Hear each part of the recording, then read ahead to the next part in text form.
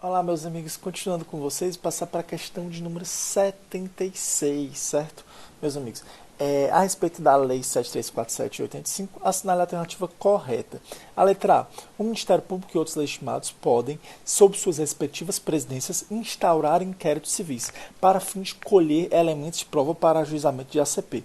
Meus amigos, essa alternativa está incorreta. Por quê? Porque, segundo a lei de ACP, artigo 8º, parágrafo 1º, é possível que o Ministério Público ele instaure um denominado inquérito civil. Ele se fala de um inquérito civil, que é um procedimento administrativo, certo, de natureza inquisitiva, com o objetivo de buscar elementos de provas para que ajuize um ACP.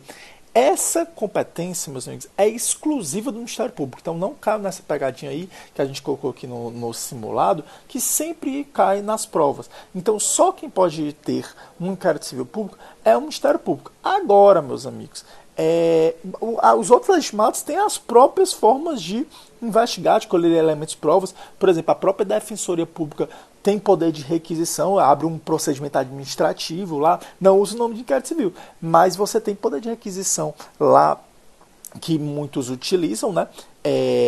Notadamente, por exemplo, com base na teoria dos poderes implícitos, né? Isso é até uma tese institucional da Defensoria Pública de São Paulo, mas assim, se foge um pouco do aspecto da questão.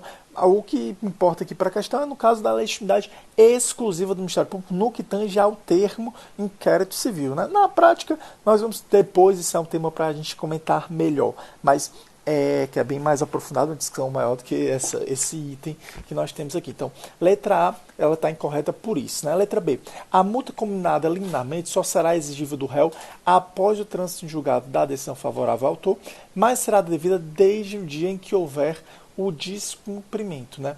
Meus amigos, essa alternativa B é a alternativa correta, deve ter assinalada. É a letra legal, né? Fala sobre a questão da astraíntes, né? Multa combinada liminarmente, no artigo 12, né? No parágrafo 2º do artigo 12 da lei de ACP, né? Então, nesse caso, vai ser o diferente do novo CPC. Por quê? Porque no CPC, a multa é passível de cumprimento provisório, né? Devendo ser depositada em juízo ali, permitindo o levantamento do valor após o trânsito em julgado da sentença favorável à parte. Aqui já é um regramento diferente. Aqui não. Aqui só vai ser exigível mesmo após o trânsito julgado, mas será devida desde o dia que houver configurado descumprimento. É isso que está na lei da ACP, certo, meus amigos? Sempre vamos também olhar com atenção para o que a própria lei determina, certo? O próprio enunciado da questão. Como está na lei da ACP, a alternativa B está correta. O regramento do CPC é diferenciado. Letra C. O recurso de apelação já possui efeito suspensivo automático, não sendo necessário que o juízo conceda. Meus amigos, essa alternativa C está incorreta, certo? Aqui vai ser diferenciado do regime do CPC e o do regime da própria ação popular. Aqui vai ter uma previsão específica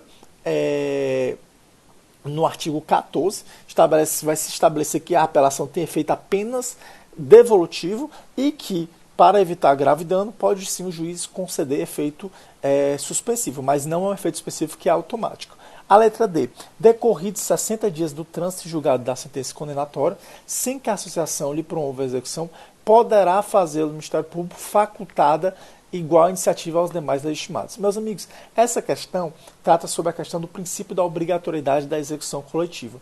Está previsto no artigo 15 da lei de ACP. E o que nós temos? Que esse artigo ela traz a possibilidade para os outros legitimados, mas o Ministério Público, segundo a redação legal, ele deve. Então, quanto aos outros, é possibilidade, é faculdade, para o Ministério Público é obrigação, então por isso ela está incorreta. Letra E. Qualquer pessoa, inclusive servidor público, poderá provocar a iniciativa do Ministério Público, ministrando-lhe informações sobre fatos que constituem um objeto de ação civil, indicando-lhe os elementos de convicção. Essa alternativa está incorreta porque é o mesmo jogo de palavras que ocorreu na alternativa D, só que de outra forma, né? Segundo o artigo 6 e 7 da lei de ACP, nós temos que qualquer pessoa pode provocar a iniciativa do Ministério Público, isso aí está correto. Mas o servidor público, né, é um dever dele de comunicar desse fato. Então, por ser dever e não possibilidade, aí nós temos que essa alternativa está, então, incorreta. E a alternativa que deve ser marcada então, por vocês é a alternativa de letra B. Um grande abraço, meus amigos.